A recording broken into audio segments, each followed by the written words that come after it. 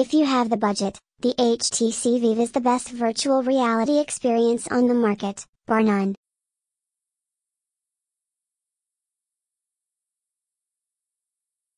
Update: HTC Vive is barging its way onto Apple devices thanks to the new Steam VR for Mac beta and the new Mac OS 10.13 High Sierra.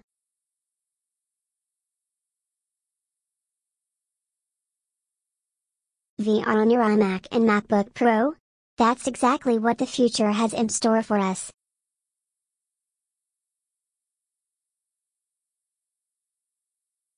We are in virtual reality's infancy, but the HTC Vive is already very capably showing off what a premium VR experience is capable of looking like.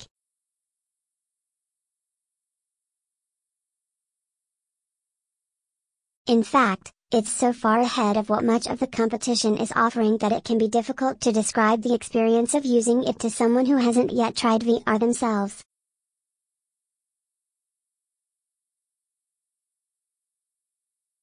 It's akin to trying to describe moving footage to someone who's spent their whole life staring at pictures, or describing a game to someone who's only ever watched films.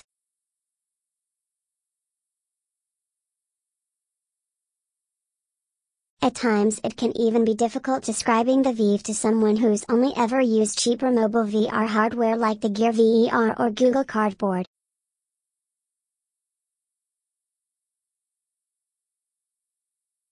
But the highest compliment I can give to the HTC Vive is just how right it immediately feels, and how easily all your reservations about VR fall away as soon as you start using it.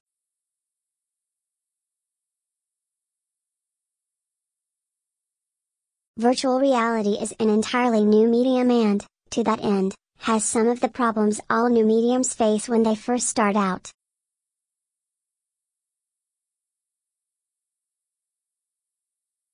The naysayers will claim that there aren't full games out yet, technically not a true statement, but one I hear all the time nonetheless.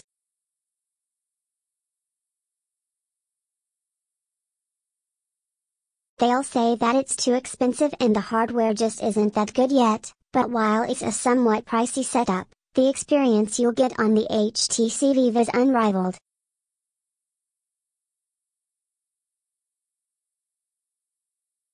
It's light years ahead of Google Cardboard and Samsung Gear VR, miles ahead of PlayStation VR, and completely floors its main competitor, the Oculus Rift.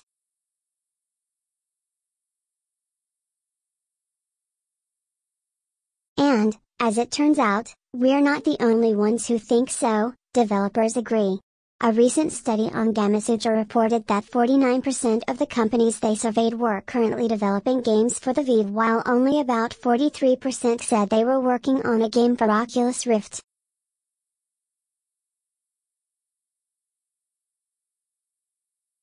When paired with the proper hardware, a PC with an Intel Core i5-4590K and either NVIDIA GTX 970 or AMD R9 390 GPU, the HTC Vive is an incredible gateway into a new medium, one that is currently dominated by short demos and rough around the edges games, but should one day play host to full-length films, television shows and contemporary art.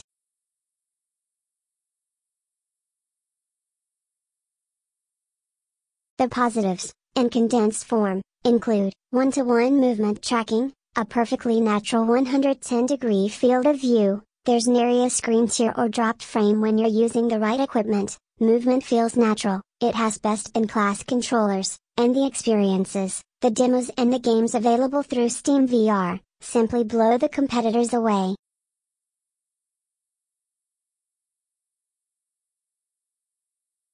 The headset will start shipping soon and, thanks to a partnership with Valve, it will launch with dozens of games and experiences for you to try on day one.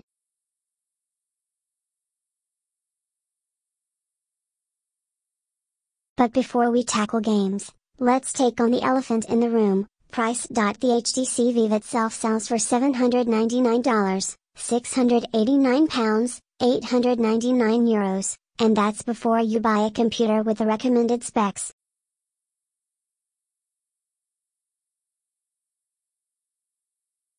For comparison, The Vive costs twice as much as the PlayStation VR and $200 more than Oculus Rift.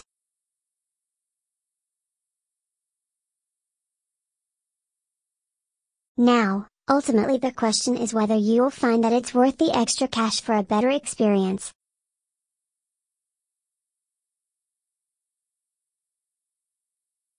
That's a fair discussion to have, albeit one that we can do almost nothing about right now.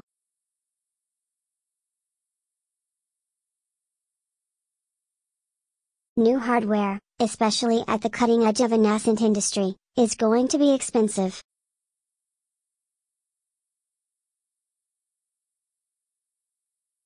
But wait, why is it so expensive? What exactly does it do?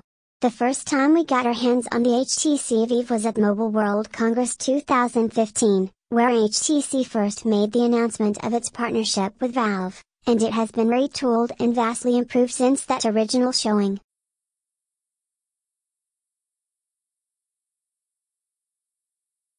The consumer version works wonderfully, is vastly easier to set up and feels ready to be shipped to the public, which, considering that units are supposed to go out any day now, is a very good thing.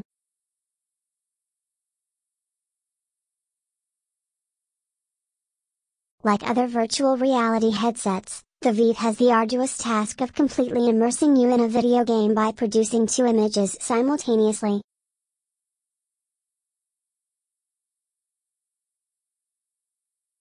However, unlike PlayStation VR and Oculus Rift that use a single camera to track your head and extremities, HTC Vive has two base stations, which sit on the wall attached to the included wall mounts or a high shelf and help map track your movements as you walk around in the 3D world.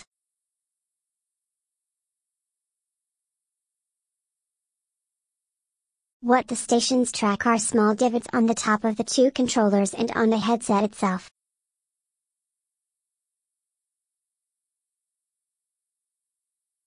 There are 72 of these dots speckling the controllers and helmet that help accurately track the Vive.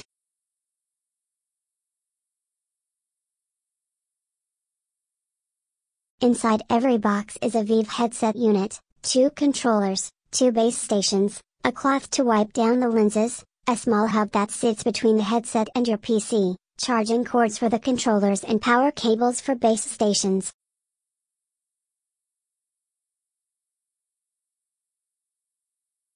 Also packaged with every unit are 3 games, Job Simulator, Fantastic Contraption, and The Lab.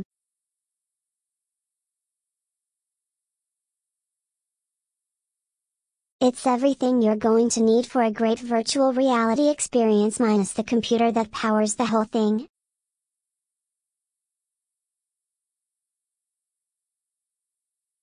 New to the consumer version is a spectacularly simple setup program that should, for the vast majority of tech enthusiasts, allow you to breeze through the setup process.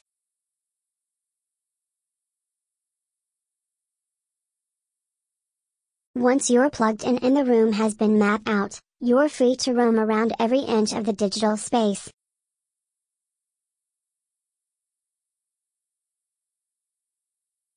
This means digital worlds can be more expansive and more immersive on the Vive than the other two systems and, thankfully, less nausea-inducing, too.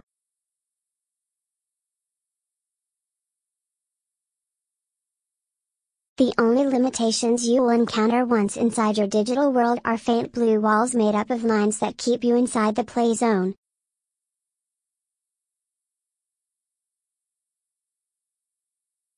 These blue lines are superimposed into your game by Steam VR, the software put out by Valve that's running underneath every virtual experience.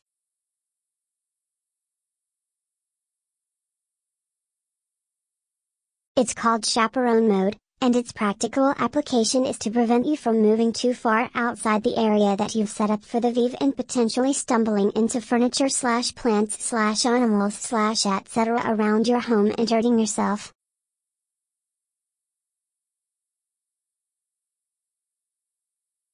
As for the games themselves, what's there is simply amazing. In the course of 2 weeks, I've played 20 or so titles, some of which are much, much better than others.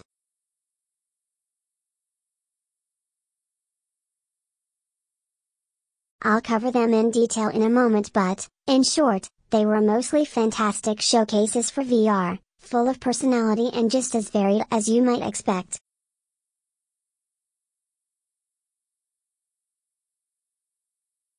One minute I was on top of a castle fending off stickman invaders with a bow and arrow, the next I was inside of an arcade cabinet fighting spaceships in 3 dimensions.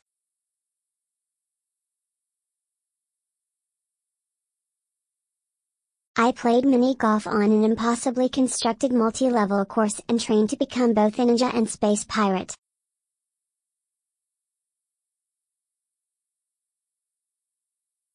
Some of what I just described is part of Valve's The Lab, a collection of games that the iconic developer put together to introduce players to virtual reality.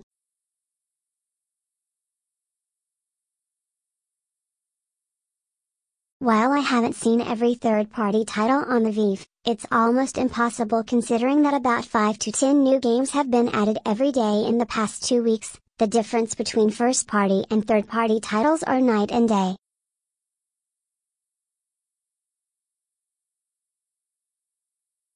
This is something I see changing in the coming weeks, months and years, however, and not something I hold against the system on day one.